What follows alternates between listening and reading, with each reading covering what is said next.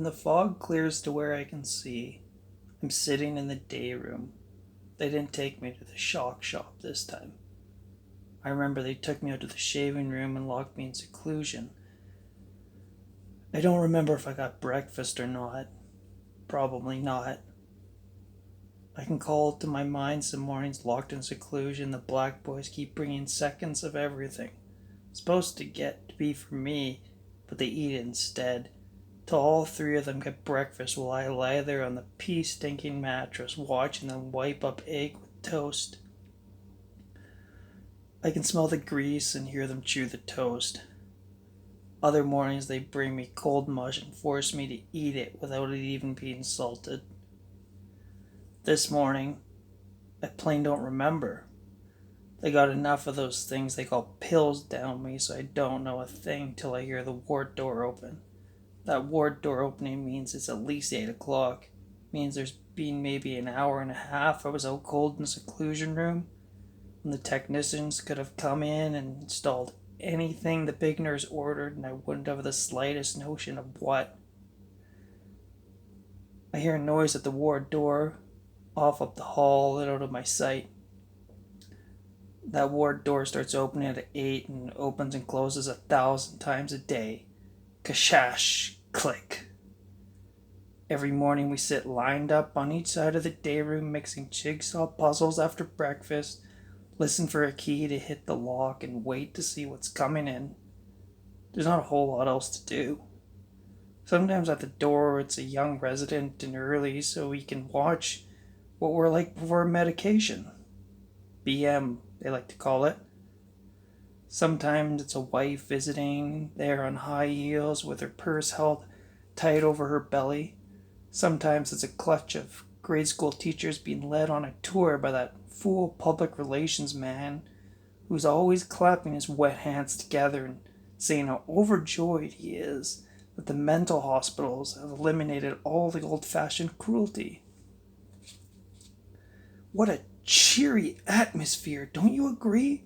He'll bustle around the school teachers who are bunched together for safety, clapping his hands together. Oh, when I think back on the old days, on the filth, the bad food, even, yes, the brutality. Oh, I realize, ladies, that we have come a long way in our campaign. Whoever comes in the door is usually somebody disappointing, but there's always a chance otherwise. And when a key hits the lock, all the heads come up to look like there's strings on them. This morning the lock works rattle strange. It's not a regular visitor at the door. An escort man's voice calls down, edgy and impatient. Admission. Come over here and sign for him. And the black boys go. Admission. Everyone stops playing cards and Monopoly. Turns toward the day room door. Most days I'd be out sweeping the halls and see who they're signing in. But this morning, like I explained to you, the big nurse put 1,000 pounds down me and I can't budge out of the chair. Most days I'm the first one to see the admission. Watch him creep in the back door and slide along the wall instead, scared till the black boys come sign for him and take him into the shower room, where they strip him and leave him shivering with the door open, while they all three run grinning up and down the halls looking for the Vaseline. We need that Vaseline, they'll tell the big nurse, for the thermometer. She looks from one to the other. I'm sure you do, and hands them a jar that holds at least a gallon. But mind you boys don't group up in there. Then I see 2, maybe all 3 of them in there, in the shower room with the admission, running that thermometer around in the grease till it's coated the size of your finger, crooning, "There's right, mother, there's right," and then shut the door and turn all the showers up to where you can't hear anything but the vicious hiss of water on the green tile. I'm out there most days, and I see it like that. But this morning, I have to sit in the chair and only listen to them bring him in. Still, even though I can't see him, I know he's no ordinary admission. I don't hear him slide scared along the wall. And when they tell him about the shower, he don't just submit with a weak little yes. He tells them right back in a loud, brassy voice that he's already plenty damn clean, thank you. They showered me this morning at the courthouse and last night at the jail, and I swear I believe they could be washing my ears for me on the way to the taxi ride over if they could have found the facilities. Whoo boy, seems like every time they ship me someplace, I gotta get scrubbing down before, after, and during the operation. I'm getting so the sound of water makes me start gathering up my belongings. And get back away from me with that thermometer, Sam, and give me a minute to look my new home over. I never been in an institute of psychology before. The patients look at one another's puzzled faces, then back to the door where the voice is still coming in, talking louder than you think he needed talking louder than you'd think he needed to if the black boys were anywhere near him. He sounds like he's way above them, talking down, like he's sailing 50 yards overhead, hollering us down on the ground. He sounds big.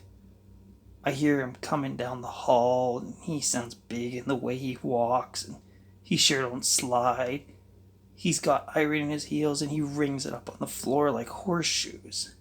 He shows up in the door and stops and hitches his thumbs in his pockets, boots wide apart, and stands there. The guy's looking at him. Good morning, buddies. There's a paper Halloween bat hanging on a string above his head. He reaches up and flicks it so it spins around. Mighty nice fall day. He talks a little that way Papa used to, voice loud and full of hell. But he doesn't look like Papa. Papa's a full-blood Columbia Indian, a chief, and hard and shiny as a gun stock. But this guy's a redhead, with long red sideburns and a tangle of curls out from under his cap, been needing cut a long time. And he's as broad as Papa is tall, broad across the jaw and shoulders and chest. A broad, wide, devilish grin. And he's hard in a different kind of way of Papa. Kind of the way a baseball is hard under the scuffed leather. A seam runs across his nose and one cheekbone where somebody laid him a good one in a fight, and the stitches are still in the seam. He stands there waiting. When nobody makes a move to say anything to him, he commences to laugh. Nobody can tell why he's laughing. There's nothing funny going on. But it's not the way the public relations laughs. It's free and it's loud and it comes out of his wide grinning mouth and spreads and rings bigger and bigger till it's lapping against the walls all over the ward. Not like that fat public relations laugh. This sounds real. I realize all of a sudden it's the first laugh I've heard in years. He stands looking at us, rocking back in his boots, and he laughs and laughs. He laces his fingers over his belly without taking his thumbs out of his pockets. I see how big and beat up his hands are. Everybody on the ward, patients, staff, and all is stunned dumb by him and his laughing. There's no move to stop him, no move to say anything. He laughs till he's finished for a time, and he walks on into the day room. Even when he isn't laughing, that laughing sound hovers around him. The way the sound hovers around a big bell just quit ringing. It's in his eyes, in the way he smiles and the way he swaggers, in the way he talks. My name is McMurphy, buddies. R.P. McMurphy. And I'm a gambling fool. He winks and sings a little piece of a song, and whenever I meet with a deck of cards, I lays my money down. And he laughs again. He walks to one of the cards games, dips in a Cutes cards up with a thick, heavy finger and squints at the hand and shakes his head. Yes, sir, that's what I came to this establishment for. To bring you birds fun and entertainment round the gaming table. Nobody left in that Pendleton work farm to make my days interesting anymore, so I requested a transfer, you see. Needed some new blood. Hooey, look at the way this bird holds his cards, showing to everybody in a block, man. I'll trim you babies like little lambs. Cheswick gathers his cards together. The red-headed man sticks his hand out for Cheswick to shake. Hello, buddy. What's that you're playing? Pinocchio? Jesus, no wonder you don't care nothing about showing your hand. Don't you have a straight deck around here? Well, say, here we go. I brought along my own card deck just in case. Has something in it other than face cards. And check the pictures, huh? Everyone different, 52 positions. Cheswick is paw-pied already. What he sees on those cards don't help his condition. Easy now, don't smudge him. We got lots of time, lots of games ahead. I like to use my deck here because it takes at least a week for the other players to get to where they can even see the suit. He's got on work farm pants and shirt sunned out to the color of watered milk. His face and neck and arms are the color of oxblood leather from working long in the fields. He's got a primer black motorcycle cap stuck in his hair and a leather jacket over one arm. And he's got on boots gray and dusty and heavy enough to kick a man half in two. He walks away from Cheswick and takes off the cap and goes to beating a dust storm out of his thigh. One of the black boys circles him with a thermometer, but he's too quick for them. He slips in among the acutes and starts moving around, shaking hands before the black boy can take good aim. The way he talks, his wink, his loud talk, his swagger, all remind me of a car salesman or a stock auctioneer. Or one of those pitchmen you see on a sideshow stage, out in front of his flapping banners, standing there in a striped shirt with the yellow buttons, drawing the faces out of the sawdust like a magnet. What happened, you see, was I got in a couple of hassles at the work farm. Tell the pure truth, and the court ruled that I'm a psychopath. And do you think I'm going to argue with the court? Shoot, you can bet your bottom dollar I don't. If it gets me out of those damn pea fields, I'll be whatever their little hearts desire. Be it psychopath or mad dog or werewolf. Because I don't care if I ever see another weed and hoe to my dying day. Now, they tell me a psychopath's a guy fights too much and fucks too much. But they ain't wholly right. Do you think?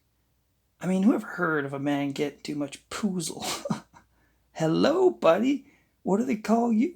My name's McMurphy, and I'll bet you $2 here and now that you can't tell me how many spots are there in Pinocchio hand that you're holding. Don't look. $2, what do you say? God damn, Sam, can't you wait half a minute to prod me with that damn thermometer of yours?